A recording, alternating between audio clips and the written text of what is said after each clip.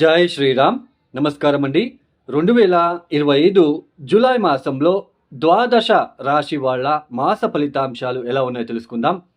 ముఖ్యంగా ఈ మాసంలో గ్రహ సంచారం చూసుకున్నట్లు కనుకైతే రాహు కుంభరాశిలో సంచారం, కేతు సింహరాశిలో సంచారం, శని మీనరాశిలో సంచారం చేస్తున్నారు. అయితే ఈ మాసం అంటే జూలై 13వ తేదీ నుంచి వాళ్ళు శనిగ్రహం వక్రించి సంచారాన్ని ప్రారంభం చేస్తున్నారు. గురువు మిథున రాశిలో సంచారం. అయితే గురువు అస్తంగతమయ్యారు. జూలై 9వ తేదీ తర్వాత అస్తంగత త్యాగం చేస్తున్నారు. ఇక శుక్రుడు ఈ మాసంలో వృషభ రాశిలో సంచారం చేస్తున్నారు. కుజుడు ఈ మాసంలో జూలై 27వ తేదీ వరకు మాత్రమే సింహరాశిలో సంచారం, తదుపరి కన్యా రాశిలో సంచారం చేస్తున్నారు. బుధుడు ఈ మాసంలో కర్కాటక రాశిలో సంచారం. తర్వాత సూర్యుడు జూలై 15వ తేదీ వరకు మాత్రమే ఆయన మిథున రాశిలో సంచారం, తదుపరి కర్కాటక రాశిలో సంచారం ప్రారంభం చేస్తున్నారు. ఈ ఏదైతే గ్రహ సంచారం ఉన్నదో ఈ గ్రహ సంచారం అనేది ఈ గ్రహ సంచారం నుంచి ప్రపంచవ్యాప్తంగా ప్రాపంచిక విషయంలో అంతగా బాగోలేదండి. ఎందుకు అంటే రాహు కేతువుల మధ్యలోనే అన్ని గ్రహాలు రావడము, కుజుడు కేతువు డీప్ కంజక్షన్ అవ్వబోతున్నారు జూలై మాసంలో. పైగా రాహు ఒక దృష్టి, కుజుడు అష్టమ దృష్టితో శనిని చూస్తున్నాడు. సూర్యుడు జూలై 15వ తేదీ తర్వాత బలహీన పడుతున్నాడు జలతత్వ రాశిలో. తర్వాత జూలై 27వ తేదీ తర్వాత కుజుడు ఎక్కడైతే సింహరాశిని వదిలి కన్యరాశికి వస్తున్నాడో, కన్యరాశిలో కూర్చొని వక్రించిన శని మీనరాశిలో, మీన కన్య సమసప్తక దృష్టిలో ఇద్దరూ చూసుకుంటున్నారు. కాబట్టి కాస్త ఒడిదుడుకులు ఇబ్బందులు ఎక్కువగా ఉంటాయి ప్రపంచిక వ్యాప్తంగా కూడా. మరియు ఎవరి జన్మ జాతకంలో, వ్యక్తిగత జన్మ జాతకంలో ఎవరికైతే కుజ మహాదశలో శని భుక్తి కానీ, శని మహాదశలో గనక కుజభుక్తి కానీ, లేదా కేతు అంతర్దశ, కేతు మహాదశ, లేదా రాహు మహాదశలో కుజభుక్తి కానీ ఇలా ఎవరికైనా ఎక్కువ జరుగుతూ ఉంటే, లేదా శని మహాదశ, కుజ మహాదశ, కేతు మహాదశ గనక జరుగుతూ ఉంటే వాళ్ళు చాలా అప్రమత్తంగా ఉండాలి. వాళ్ళకి కొద్దిగా ఇబ్బందులు ఎక్కువ సూచనలు ఉంటాయి.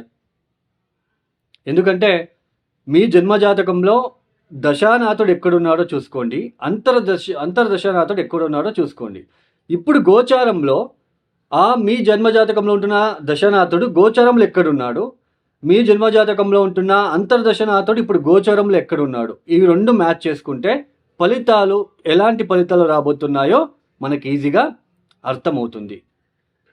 సో ఈ కుజ మహాదశ, కేతు మహాదశ, ఈ శని మహాదశ గనక జరుగుతూ ఉన్న వాళ్ళు కాస్త అప్రమత్తంగా ఉండాలి.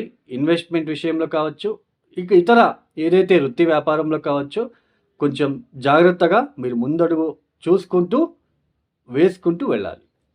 ఇక ఒక రాశి గురించి మనము తెలుసుకుంటూ వెళ్దాం. ఇక 2025 జూలై మాసంలో కన్యా రాశి వాళ్ళ మాస ఫలితాంశాలు ఎలా ఉన్నాయో తెలుసుకుందాం. ఈ మాసంలో బుధ శుక్రుల అనుకూలత ఎక్కువగా కనిపిస్తూ ఉంటుంది. బుధుడు యోగిస్తున్నాడు, శుక్రుడు యోగిస్తున్నాడు. బుధుడు లాభస్థానంలో, మీ రాష్ట్రాధిపతి దశమాధిపతి అయిన బుధుడు లాభస్థానంలో సంచారం చేయడము, నవమాధిపతి అయిన శుక్రుడు నవమ స్థానంలోకి వచ్చి సంచారం చేయడం అనేది ఆర్థికంగా అభివృద్ధి మీరు ఈ ఒక మాసంలో చూస్తారు అని చెప్పవచ్చు. ముఖ్యంగా ఉద్యోగం విషయంలో ఇంక్రిమెంట్లు కావచ్చు, ఉద్యోగం వెతికే వాళ్ళకి కావచ్చు, లేదా బిజినెస్ విషయంలో ఎవరైనా ఇబ్బందులు పడుతూ ఉన్న వాళ్ళు కావచ్చు, ఈ ఒక మాసం నుంచి అంటే ఈ ఒక మాసంలో అభివృద్ధి చూడబోతున్నారు.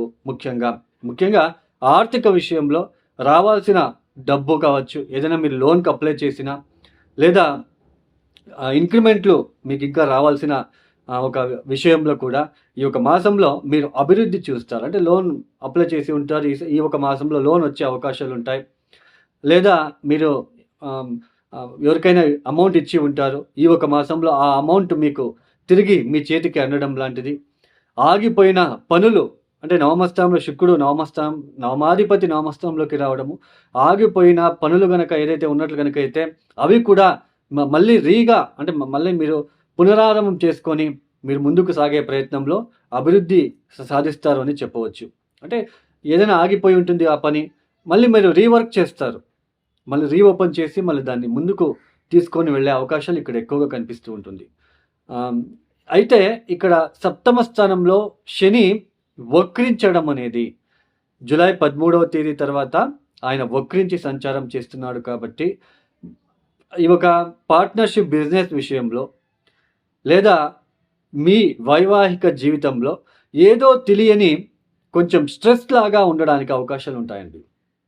అది బిజినెస్ కావచ్చు, మీ వైవాహిక జీవితం కావచ్చు, తెలియని ఒక డిస్టర్బెన్సెస్ లాగా దాంట్లో మీరు స్ట్రెస్ అనుభవించడానికి అవకాశాలు ఉంటాయి. పైగా వ్యయస్థానంలో కుజాకేతుల కలయిక, నిద్రాహీనత, నిద్రాభంగం, తర్వాత ఈ యొక్క చీటికి మాటికి కూడా అంటే చిన్న చిన్న వాటికి కూడా భార్యాభర్తల మధ్య చిన్నపాటి అపార్థాలు లాంటివి ఇక్కడ ఎక్కువ కనిపిస్తూ ఉంటాయి. ఎక్కువ నిద్రా సమయంలో నిద్ర చేసేటప్పుడు సర్పలు కనిపించడం లాంటిది, లేదా సర్పలు ఎక్కువ మీకు రియల్గా కూడా సర్పలు కనిపించడం లాంటిది కూడా ఇక్కడ కనిపిస్తూ ఉంటుందనే చెప్పవచ్చు. బుధ శుక్రులు మాత్రమే ఈ మాసంలో ఆర్థికంగా కాస్త ఉద్యోగపరంగా మీకు లాభాన్ని ఇస్తున్నారు. అయితే బిజినెస్ విషయంలో కూడా మీరు చేసే బిజినెస్ ఓన్గా చేసే బిజినెస్, పార్ట్నర్షిప్ బిజినెస్ కాదు, ఓన్గా మీరు ఒక్కరే ఏదో చిన్న చిన్న వ్యాపారం చేసుకుంటున్న వాళ్ళకి కూడా ఆర్థిక అభివృద్ధి ఈ ఒక మాసంలో మీరు చూడవచ్చు. అంటే ఉద్యోగంలో అభివృద్ధి ఉంటుంది, అయితే స్ట్రెస్ ఎక్కువగా పెరుగుతూ ఉంటుంది. ఎందుకంటే దశమ స్థానంలో ఎవరున్నారు? మనకి గురువు గారు ఉంటున్నారు కాబట్టి స్ట్రెస్ ఎక్కువగా ఉన్నప్పటికీ ఆ దశమాధిపతి లాభస్థానంలో ఉన్నప్పుడు ఇక్కడ ఈ ఒక మాసంలో సంచారం చేస్తున్నారు కాబట్టి ఆ స్ట్రెస్ని కూడా మీరు దాన్ని హ్యాపీగా మార్చుకొని ముందుకు వెళ్ళే అవకాశాలు ఉంటాయి. అంటే దశమాధిపతి లాభస్థానంలో ఉన్నప్పుడు మీ క్రియేటివ్ థాట్స్తో, మీ ఆలోచన విధానంతో ఆ స్ట్రెస్ అని తగ్గించుకుంటారు. మొత్తానికి ఈ కన్యా రాశి వాళ్ళకి జాబ్లో, బిజినెస్ విషయంలో, ఆర్థిక విషయంలో అభివృద్ధిదాయకంగా ఉంటుంది. ఆగిపోయిన పనులు కూడా మీరు మళ్ళీ వాటిని ఆరంభం చేసుకొని మీరు ముందుకు సాగే ప్రయత్నాలలో అభివృద్ధి సాధిస్తారు. అయితే ఒక్క మ్యారేజ్ విషయంలో, తర్వాత ఈ సుఖానికి సంబంధించిన విషయంలో ఏదో ఒక తెలియని మానసిక ప్రశాంతత కోల్పోతూ ఉంటారు. అది ఫ్యామిలీ నుంచి కావచ్చు, అంటే భార్య లేదా భర్త నుంచి కావచ్చు, ఫ్యామిలీ తరపున బంధువులు మీ భార్య లేదా భర్త తరపున బంధువుల నుంచి కూడా మానసిక ప్రశాంతత కోల్పోవడం అనేది కాస్తలో కాస్త కనిపిస్తూ ఉంటుంది అనే చెప్పుకోవచ్చు. మొత్తానికి కన్యా రాశి వాళ్ళకి ఇలాంటి సిచ్యుయేషన్ ఈ ఒక మాసంలో కనిపిస్తూ ఉంటుంది.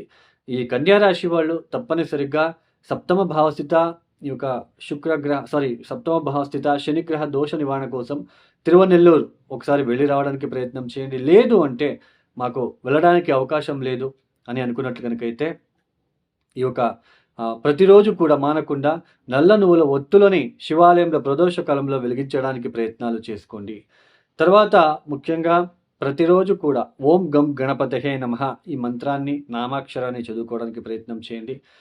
వ్యయస్థానంలో ఉంటున్న కుజ కేతుల ఒక డిస్టర్బెన్సెస్ ఎక్కువగా ఉంటుంది కాబట్టి ఈ కుజుడికి కందిపప్పు, కేతువుకి ఉలువులని నానబెట్టేసి సాయంత్రం పూట ఉదయాన్నే సుబ్రహ్మణ్య లేదా లక్ష్మీనరసింహస్వామి ఆరాధన చేస్తూ ఇక్కడ గోచారంలో ఉంటున్న కుజ కేతు గ్రహ దోష నివారణ అవ్వాలని మొక్కుకొని ఏదైతే నానబెట్టి ఉంటారో కందిపప్పు ఉలువల్ని బెల్లంతో కలిపి ఎద్దులకి తినిపించే ప్రయత్నం చేయండి. ఆవులకి కాదు, ఎద్దులకి తినిపించే ప్రయత్నాలు మీరు చేసుకోండి.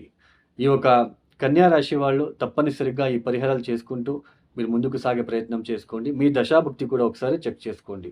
ఈ యొక్క వీడియో మీకు నచ్చితే లైక్ చేయండి, షేర్ చేయండి, సబ్స్క్రైబ్ చేసుకోండి. సర్వే జనో సుఖినో భవంతు. ధన్యవాదాలు. జై శ్రీరామ్.